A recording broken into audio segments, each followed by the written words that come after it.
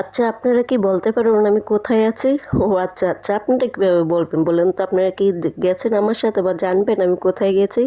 আমি এখন হলো পদ্মা নদীর মাঝ নদীতে লঞ্চের ছাদে উঠে আপনাদের সাথে কিছু ভিডিও শেয়ার করতেছি। আমি অনেক কিছু ভিডিও করতে পারি না, অনেক কিছু শেয়ার করতে পারি না আপনাদের সাথে। ভালো ভালো কী খাওয়া দাওয়া করছি, কোথায় কোথায় ঘুরছি, কী কেনাকাটা করছি, এগুলো কোনো কিছুই শেয়ার করতে পারি না, যেহেতু ওখানে ভিডিও করা নিষেধ আসলো। আর আমার যে কেউ ভিডিও করে দিবে সেই লোকজন আর আমার ফ্যামিলি একদম ক্যামেরার সামনে আসতে চায় না। আর কেউ মোবাইল ধরে যে আমাকে ভিডিও করবে, কেউ তাও করে দিতে চায় না। আর আমি ওখানে যে আরও বেশি একটু অসুস্থ হয়ে গেছি। হ্যালো এভরিওয়ান, কি অবস্থা? আশা করি সবাই ভালো আছেন, আমিও ভালো আছি। আজকে আমি পদ্মা নদীতে যখন বাড়ির উদ্দেশ্যে রওনা দিয়েছি সেই ভিডিওটা আপনাদের সাথে শেয়ার করবে। যে দেখেন আমার মোবাইলটা বেশি একটা তেমন ভালো না, সেজন্য আপনাদেরকে ফুলই করে দেখাইতে হবে না। এই যে দেখেন নদীর মাঝখানে কত সুন্দর পানি, পদ্মা নদীর পানি এত সুন্দর দেখা যায়, নীল আকারের পানিটা। কিন্তু অন্যান্য নদীতে গেছে, এখানেও 3টা নদী অ্যাড হয়েছে, ওগুলো পানি কিরকম কালো কালো কালো কালো। তো আমি সবসময় আপনাদের সাথে ভালো করে ভিডিও করার চেষ্টা করছি, কিন্তু আমার যেহেতু ব্যাক ক্যামেরাটা একটু ভালো না, সেজন্য সব কিছু শেয়ার করতে পারি না। এই যে দেখেন আরও 2টা লঞ্চ যাইতেছে আমাদের পাশাপাশি, ওই 2টা লঞ্চে মানুষ অনেক আনন্দ করতেছে।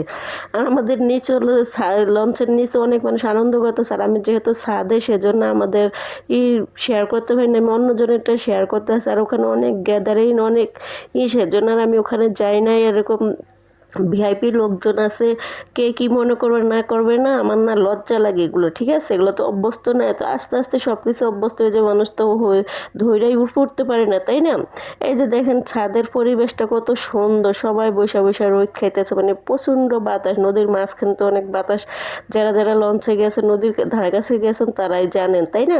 তো এই যে দেখেন কত বাতাস, অনেক মানুষজন সবাই ছাদে এসে ঘুরে ঘুরে দেখতে আছে, কত সুন্দর আল্লাহর সৃষ্টি, প্রকৃতি এত সুন্দর যা বলার বাহিরে। আমার মোবাইলটা যদি একটু দামি হতো বা আপনাদের মতো ভালো ক্যামেরা হতো, তাহলে অবশ্যই সব কিছু ভালো করে ফুটেজ নিয়ে দেখাতে পারতাম। আর অনেক কিছু আমি মিস করছি, আমি যেহেতু সব কিছু বারবার বলতেছি, আমি সব কিছু শেয়ার করতে পারি নাই। আমি যেতটুকু পারছি, যখন একটু মন ভালো লাগছে তখনই শেয়ার করছি, তখন একটু ভিডিও করার চেষ্টা করছি।